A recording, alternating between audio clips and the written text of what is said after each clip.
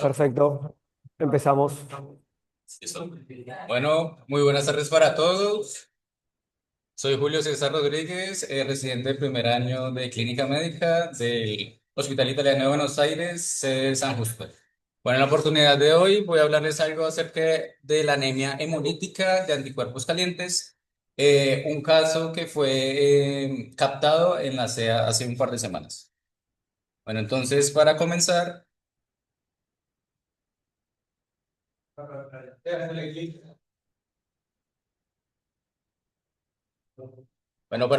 un dato curioso, un dato histórico. En esta imagen vemos a su derecha una obra de arte del siglo XVII, la cual se denomina La joven de la perla. La traigo a colación porque se cree que este retrato de esa fecha estaba asociado a una anemia de aquel entonces que no se conocía cuál podía ser su etiología. Sin embargo, curiosos de la época y personas que pues conocen acerca del arte creen que esa persona pudiese tener un tipo de anemia hemolítica, sin embargo, nunca fue constatada. Se lo dejo como conjetura.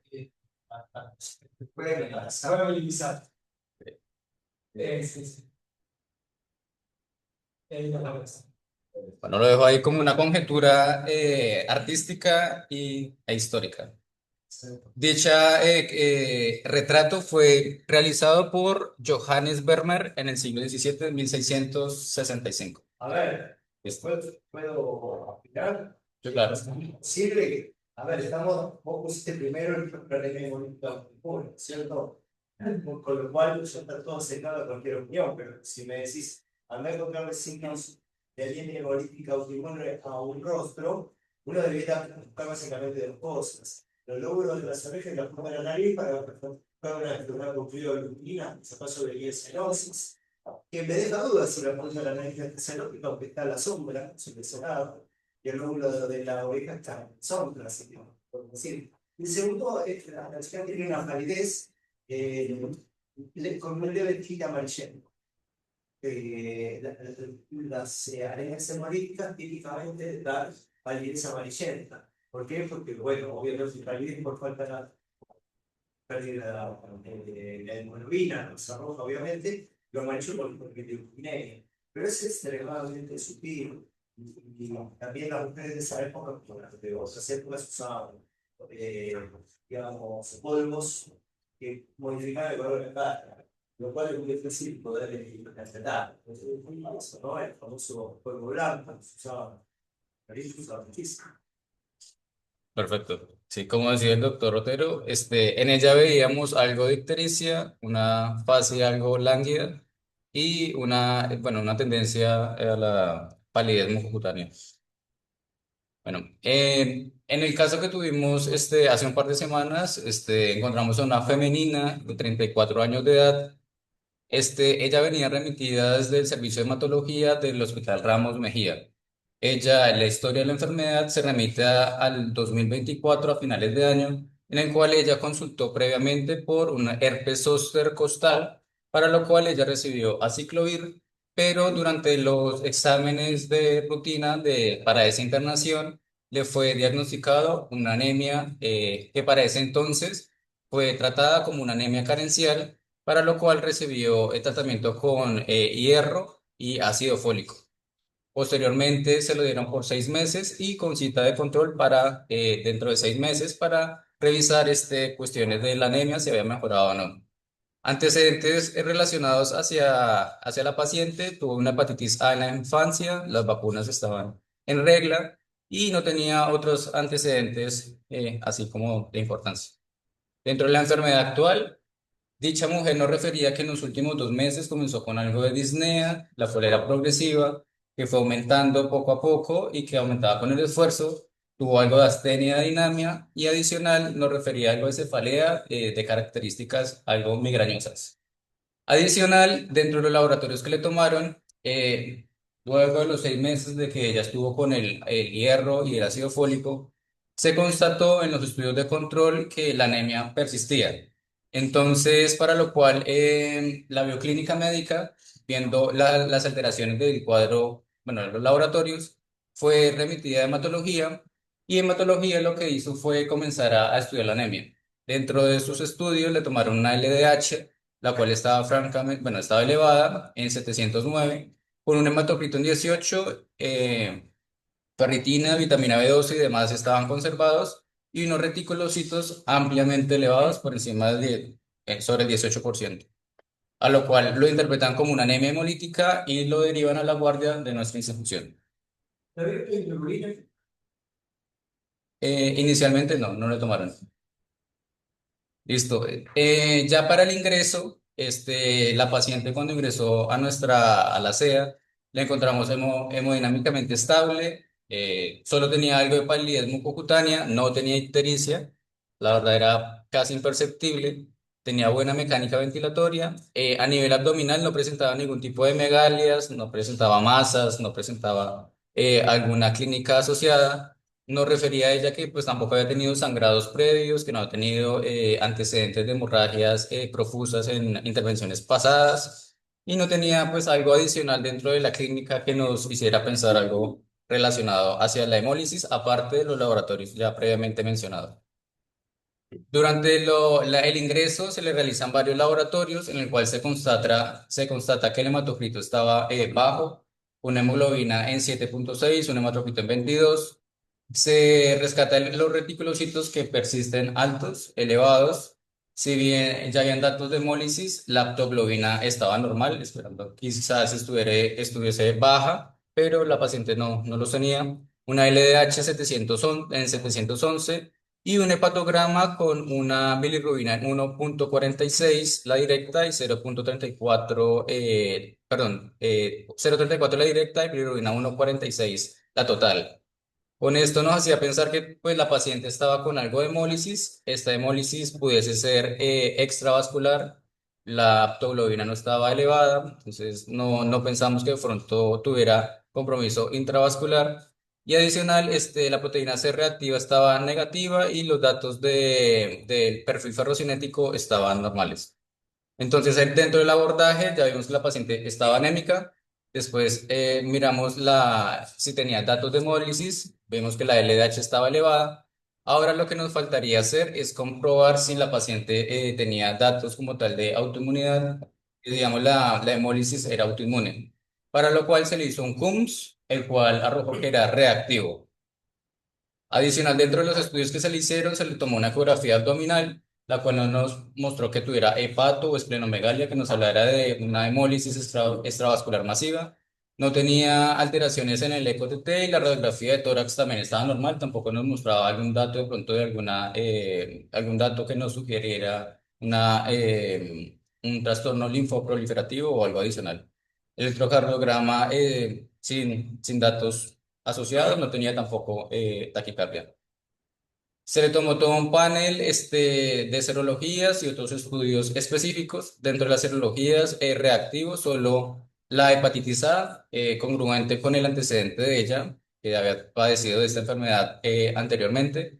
Adicional, tenía IgG para citomegalovirus, Epstein-Barr.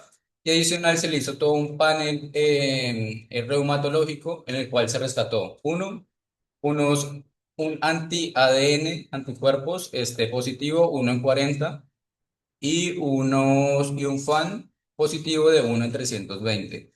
Adicional, unas anticardiolipinas fuertes en 155, un anti-LA y un anti-RO también positivos, y los demás, encontramos también unas anticardiolipinas IgG algo débiles.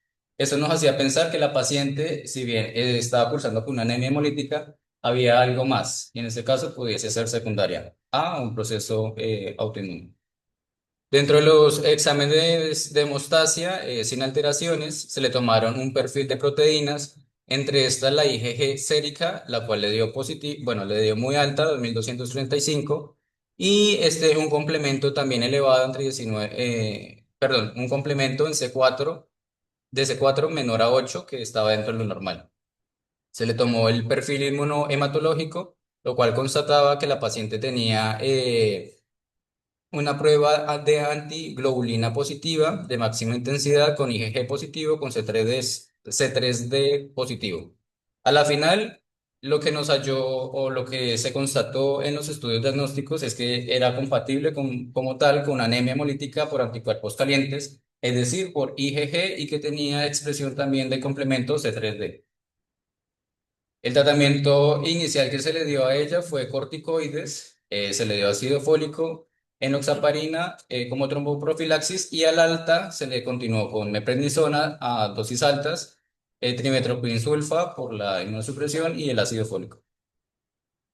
En su historia de la enfermedad, adicional a la cefalea, se le dio manejo con AINES, continuó con terapia de corticoide y se hizo seguimiento ambulatorio con la paciente. En últimas, se consideró que la anemia hemolítica en esta paciente era por anticuerpos calientes, por la IgG, y que era secundaria a un lupus eritematoso sistémico, tenía anti-Ro, anti-La, anti-DNA, todos positivos, y que también tenía un FAN positivo, así fuera débil, tenía un componente ahí de síndrome antifosfolípido, y la hemólisis, si bien estaba activa, no era una hemólisis que la llevara a la inestabilidad hemodinámica. El tratamiento final con el cual está ahora, semanas después del egreso, está ahorita con azatropina a bajas dosis, está con ácido fólico, trimethoprim sulfa, hidroxicloroquina y con el corticoide que ya va en tapering, ya va en dosis más bajas. Bueno, ya una vez hablado del caso clínico, ahondamos un poco más acerca de la anemia hemolítica autoinmune. Bueno, esta anemia hemolítica autoinmune corresponde a si bien la más común de ellas es la de anticuerpos calientes, que es la más común, esta se activa a unas temperaturas elevadas, entre 37 y 40 grados, se activan los autoanticuerpos y generan como tal aglomeración y generan hemólisis. Algo más acerca de la anemia hemolítica, la prevalencia, si bien es baja, se cree que solo de 1 a 3 personas por cada 100.000 personas pueden tener anemia hemolítica anticuerpos calientes. Y dentro de los grupos etarios, en adultos, del 70 al 80% es por anticuerpos calientes y se cree que en los niños es tan solo el 50%. Aquí un dato importante, quizás uno de los más importantes de la charla, es que la anemia hemolítica de anticuerpos calientes es casi siempre secundaria o 1 de cada 2 veces es secundaria en 50% de los casos y puede deberse a enfermedades linfoproliferativas como puede ser una leucemia linfocítica crónica o un linfoma no Hodgkin, enfermedades autoinmunes como un lupus, como un SAF, inmunodeficiencias y también a fármacos, que son muchos fármacos que lo pueden generar también. La hemólisis es predominantemente extravascular, en la cual podemos hallar datos como la espleno, la hepatomegalia. En esta paciente no lo tenía. Pero también dentro de la vía también puede haber algo de hemólisis intravascular cuando haya el complejo de ataque a membrana de la vía de complemento se activa, puede generar algo de hemólisis intravascular. Dentro del diagnóstico, entonces, tenemos una anemia que en general puede ser normo o macrocítica. Macro porque al haber un recambio importante como tal de las células de la línea roja, pueden haber células inmaduras y esto puede alterar como tal el patrón del BCM. Hay reticulocitosis importante debido a que pues, hay un recambio y hay una hemólisis y la médula intenta sopesar como tal la pérdida. Hay una LDH elevada, bilirrubina indirecta aumentada, secundaria a la hemólisis, y la aptoglobina puede estar normal o disminuida, precisamente en consonancia a la hemólisis. En ella también se hace una prueba de Coombs directa, la cual casi siempre en anticuerpos calientes se expresa la inmunoglobulina IgG, pero también a veces y en casos muy específicos puede alterarse por la inmunoglobulina A y la inmunoglobulina M. En algunos casos esta puede ser un Coombs negativo con anticuerpos calientes, lo cual es poco común y puede suceder en el 10% de los casos o menos de estos. Entonces, cuando tenemos la dicotomía hemólisis y un Coombs positivo, pensaríamos en una anemia hemolítica. El tratamiento principalmente es con corticoides, en este caso por excelencia se toma la metilprednisolona a dosis de 1 a 2 miligramos por kilo y se va titulando la dosis, se va haciendo tapering como tal. También se consideran inmunosupresores como la atropina y la ciclophosphamida Y adicional se utiliza el ácido fólico también para favorecer el recambio de las líneas celulares. Y en casos ya que pueden ser refractarios, se indica uno, el rituximab como un anticuerpo monoclonal anti-CD20 y la esplenectomía en casos específicos. Acá algo más para indicar lo que sucede en la anemia hemolítica. Como les decía anteriormente, se ve sobre todo en adultos, del 70 a 80% de las anemias hemolíticas es de anticuerpos calientes en adultos, y adicional que el 50% de los casos es secundaria y que en la mayoría de los casos es por inmunoglobulina G, pero que puede expresar otras en casos muy, muy específicos y que son una minoría. Acá algo más para hablar del algoritmo diagnóstico. Entonces tenemos el paciente que tiene una anemia que puede ser hemolítica, entonces macrocítica, hay reticulocitosis, adicional la aptoglobina está disminuida, con datos de bilirrubina indirecta aumentadas y una LDH marcadamente elevada, que por lo general está por encima de 500. Ya con esos parámetros sabemos que hay una anemia, esta anemia está con datos de hemólisis. Después lo que hacemos, miramos si hay datos de autoinmunidad, entonces tomamos el CUMS. En este caso, si es positivo, hablamos de una anemia hemolítica autoinmune. Y después lo que miramos es un CUMS monoespecífico, en el cual también se mira los datos propiamente de complemento. Normalmente cuando son de anticuerpos calientes, expresa la inmunoglobulina IgG con C3d, pero cuando no expresa la IgG, normalmente solo la C3d, hablamos de inmunoglobulina de anticuerpos fríos.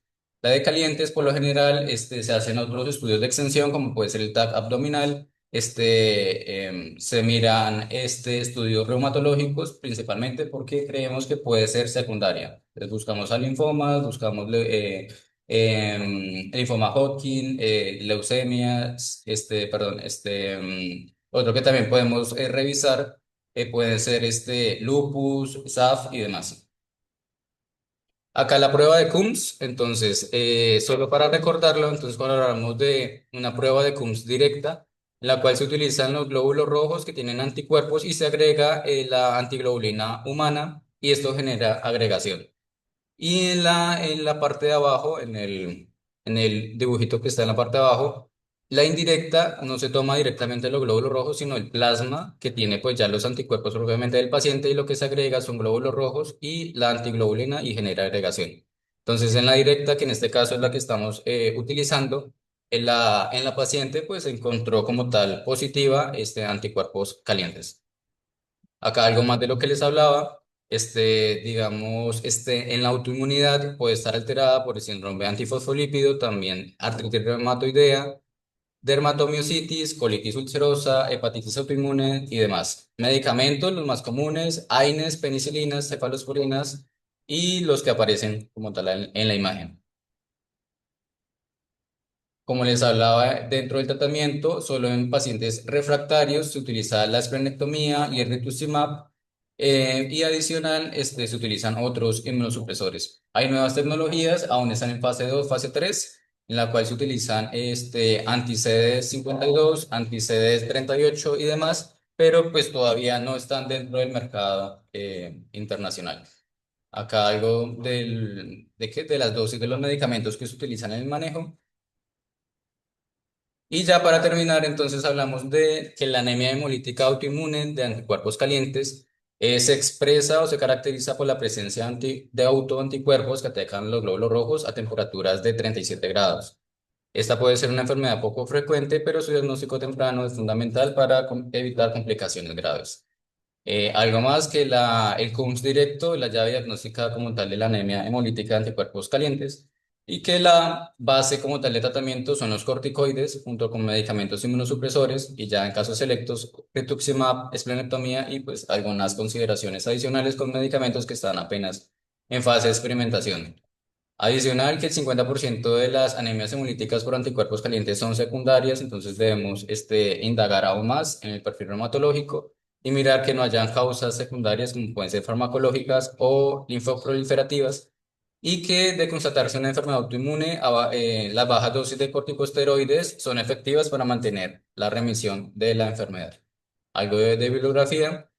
Y les dejo una postal de mi ciudad natal, Ibagué, una ciudad de los Andes colombianos, rica en cultura y gastronomía. Y algún día espero que la puedan visitar. Muchas gracias. Por Hola. Bueno, y ahora una preguntita con respecto al... ¿Es el micrófono?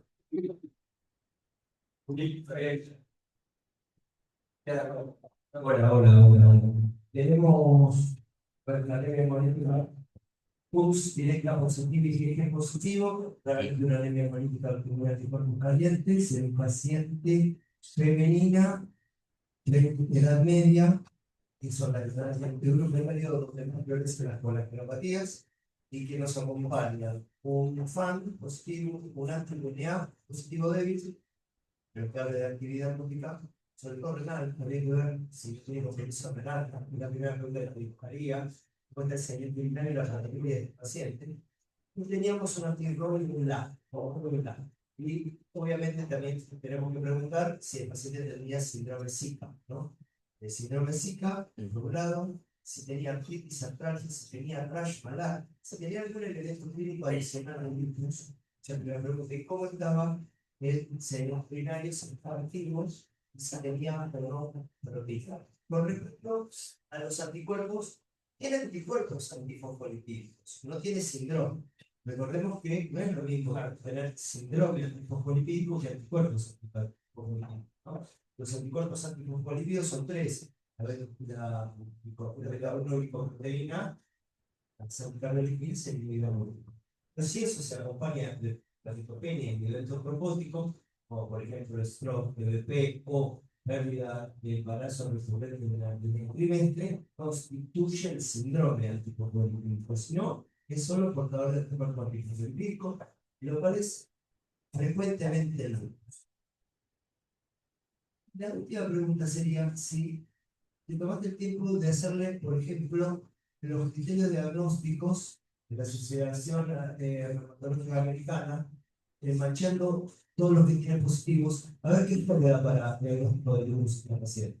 Porque hasta ahora es todo laboratorio, tiene muy poca clínica, excepto el síndrome de Down, ¿cierto? Tiene rash, no tiene crónicas, tiene proteinuria, tiene síndrome nefrótico, y nada más de lupus, algo que es la clínica hemolítica autoinmune. Y obviamente la serie. Podríamos hacerlo como casi seguro. Creo que vos cuánto lo tenías a mano, se la podríamos calcular. Si uno lo quisiera enrolar en un ensayo clínico para el lupus, ¿qué nos da un lupus de clínico? Lo que es posible, lo que se llama por contacto. ¿Y cómo estaba el seguimiento? Listo. La paciente inicialmente cuando ingresó la función renal estaba conservada, dentro del sedimento no estaba activo. Sin embargo, a ella se le pidió nuevamente un examen de orina porque cuando se le tomó aparecía algo de eritrocitos dentro de la orina, pero la paciente para cuando se lo tomaron estaba como en su fase, sí, estaba menstruando. Entonces ese estudio quedó pendiente. Y adicional, en cuanto a la sintomatología referente al lupus, de artralgias y demás, nunca los presentó.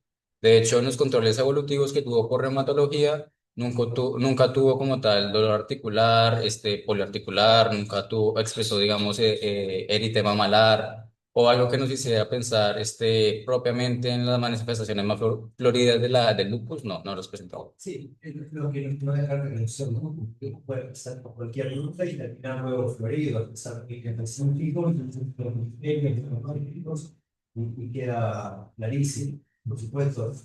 Cada definición que es un mecanismo de alguien secundaria, probablemente una neuropatía, probablemente un lupus. Síndrome Zika también. Síndrome Zika, veo que a ella en el último control sí le pidieron anticuerpos, pero todavía no teníamos ese reporte. ¿Clínica? ¿Clínica? Ah, Cosas secas. mucosas secas. Lo vi, o sea, no propiamente fue en la internación en la que la vimos, no los tenía o no los expresó inicialmente, pero posteriormente sí consultó por síntomas secundarios, diciendo que tenía algo de mucosas secas, ojos secos, por lo cual también le dieron como algo de gotas oftálmicas y manejo tópico. O tenemos seducción, Ujú. seducción Anche italiano, Y tiene antirrobo, antilavado. è muy fantastico diventare positivo che per il riunione, molto ricamente su una delle attività logica ragazzi, quando i figli tipo qua, gli alcolici, non è specifico, perché due discipline attività logica, guardate fatto. Encontré una calculadora, claro, que tiene la medical, medical, a ver, pero busco un mercado. A ver si yo lo tengo. Porque, a ver, que está para el grupo. Sí, creo que tengo todo.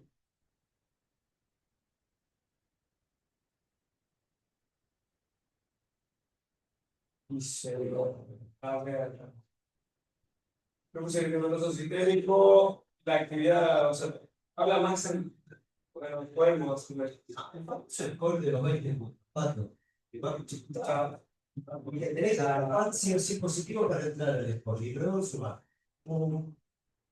nefriti, rashi, pan, todo producto de la mesa. La necesidad de generar de los dos. Igual, eso no es lo que debería hacer, ¿no? Sirve para comenzar no para